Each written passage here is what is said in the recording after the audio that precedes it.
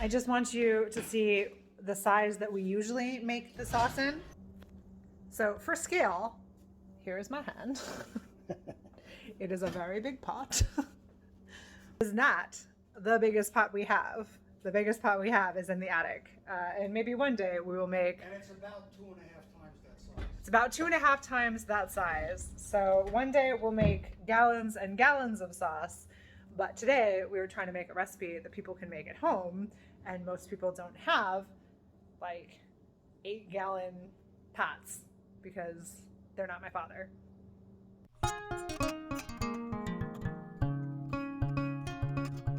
So we're gonna make red sauce with my dad, and we're very excited.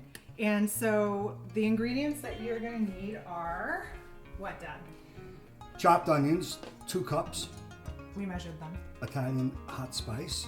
And I use, because truly I think they're the best, and I did taste testing on it also, Canto Puree tomatoes, or the same with chopped tomatoes. Okay. A decent olive oil. Decent olive oil. Granulated garlic, or you can dice your own, but this I found to be much easier, and the taste really isn't that different. And that's about it. Parmesan Rinds. Oh, and the Parmesan Rinds. We're counting them because why, Dad? Because if you forget how many you put in, we're going to use the immersion blender at the end. You don't want to blend all of this into the sauce. It kind of screws it up. Not so good. If you don't have Parmesan rinds, you can go ahead and use some fresh Parmesan at the end, but the rinds are better. Much nicer, much easier. And you don't waste good Reggiano Parmesan by putting it in the sauce. We're going to start with the olive oil. And I put enough olive oil to cover the bottom of the pan without it being too much. And here's the chopped onions. We're doing this because for Ashley's whole life, I've never had a recipe written down. Facts. So we figured we'd do this. And now I know mine doesn't taste the same because he has secret stuff like Italian seasoning blend that you can only get in Italy. And by the way, I know it's a bit more expensive, a lot more expensive, but buy Reggiano Parmesan. Don't buy just any Parmesan because the taste is not the same. Same with tomatoes. The candy tomato puree that you use really makes a difference. Yes, these tomatoes are really kind of the sweetest with no bitterness to it. If you don't have these, and you're using even San Marzano tomatoes, that brand name, you can add, this is something that's hysterical, ABC sweet soy sauce to take the bitterness out. I found this to be better than sugar, better than putting in carrots, the sweetener. It just tastes a lot better. You just got to be really careful. Put in a little bit at a time. I'd say for the amount we're making, maybe 2 tablespoons, and then taste it. Tasting is very important. Onions are just sauteing until they're like clear. Pretty much so, yeah. I mean, they don't have to be 100% done, but you do want to Make them soft. make them soft, yeah. And the garlic powder, you remember, don't put that in with the onions or your fresh garlic. Don't put it in with the onions right away because garlic burns really easily. So you don't want to do that.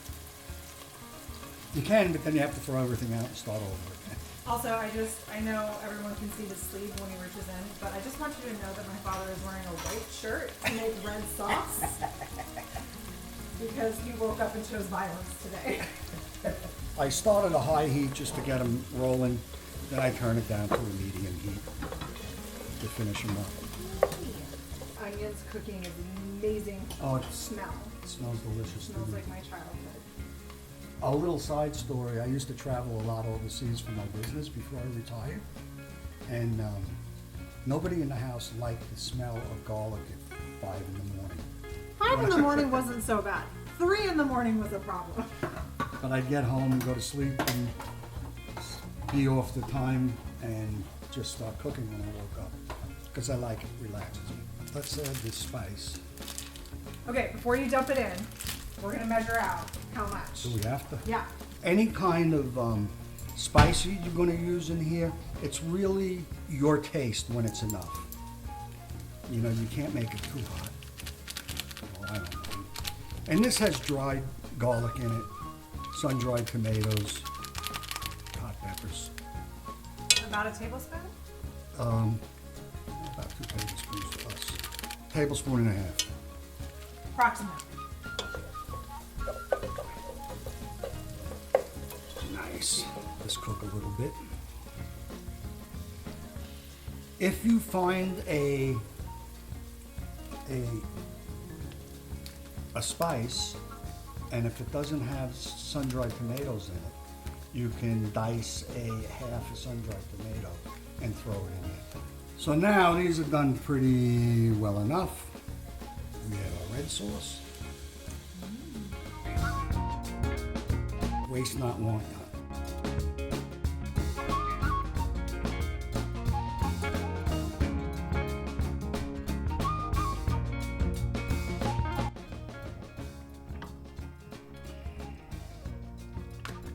Great.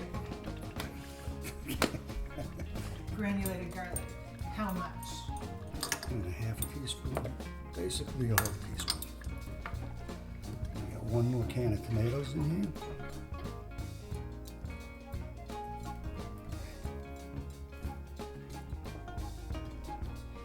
So the next thing is your rind. Put in 3 pieces. Buried them. Keep them a secret. Yeah, and that's it. Remember, I put in 3. 3. We've got it on camera this time. Exactly. Usually we play that. How many do you think? I think it was like 3. And that's how easy it is. And so now we're gonna let it simmer for. About 2 hours, but in between, like after this gets hot and starts to bubble a little bit, I'm gonna taste some and see if it needs more of something. Yeah, medium to medium high. You don't want it to be boiling, but you want it to to have the little bubbles. Yep. Simmering, if you will. And the good thing about cooking it this long too is that you don't really need tomato paste either, do you? No.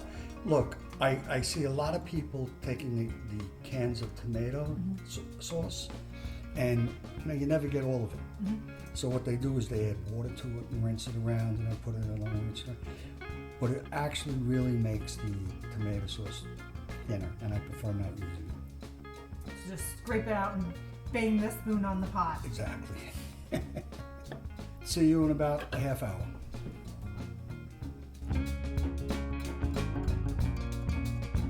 Already doing stuff without my camera going. So this is about 40 minutes. 40 minutes after we started cooking it. And Tasting the sauce. taste that. And in my opinion, it certainly needs more spice. So one thing I do recommend you do when you first start cooking it down is taste it so that you can taste what it tastes like to have the tomatoes just fresh from the can. Because a lot of that raw tomato bitterness is going to cook out. Put that in. We're gonna try another tablespoon. And another tablespoon. So we're at 3.5 pretty much. But you can adjust this to whatever you want. Exactly. And then we're just gonna let it simmer again. Exactly. Another half hour or so. And then taste it. Important part of making sauce is having wine. I agree. So it's about time to taste this sauce and see if everything's copacetic. It's been another 30 minutes. Copacetic. Big words. I haven't used that word in a long time. Can you taste the spice? Yeah. I think that's a good amount of spice. So do I. So at this point, you need to cook it down probably for another hour, I would say. Right? Yeah. But if you are a carnivore. Exactly. So this would be my regular meatless red sauce. I'd cool it down, put it in containers, and put it in the freezer. And it is good. However, what I'm going to do now, by the way, that's just the exact amount of spice you should have. It really hit the nail on the head with that. So it should just be like a little spicy. So- but of course, that's to your taste. You can make your own choices. Exactly.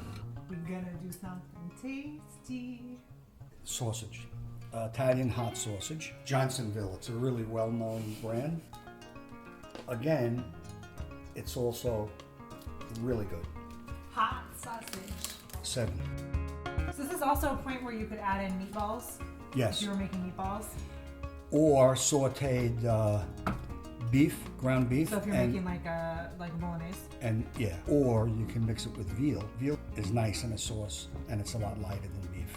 So we're just gonna let this cook down for like Another hour, yeah. fire. Fire up. Since we put sausage in, we're gonna take it out now. And also we're gonna take out the Parmesan rind. The rest of them. The rest of them, I took one out by mistake. What's that? We've taken off the Parmesan cheese out of the pot before we turned the camera back on? Only one piece. I got yelled at.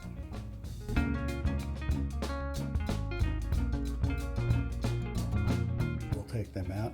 And once again, this is not something you have to do. If you're kosher or you don't like sausages.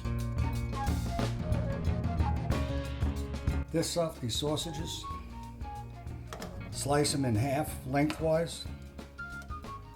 Put on some mozzarella cheese and make a sausage Parmesan hero.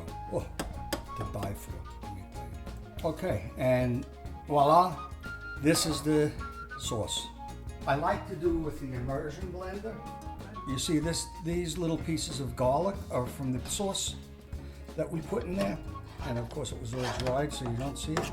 And it's just, in my opinion, tastes a lot better with the immersion blender as the last step in making the sauce. It's so much fun for us to be able to spend this amount of time together doing things we both love so much.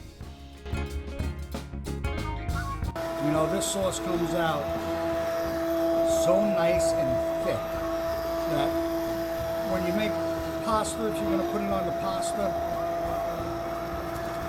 you know, it doesn't run off. It's not watery.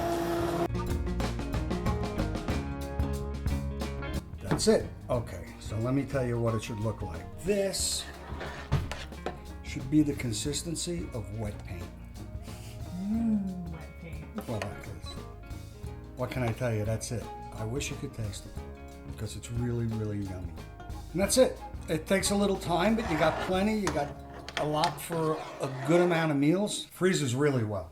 And that's it. See you maybe next Sunday. Yeah. Take care. Sunday gravy. All right.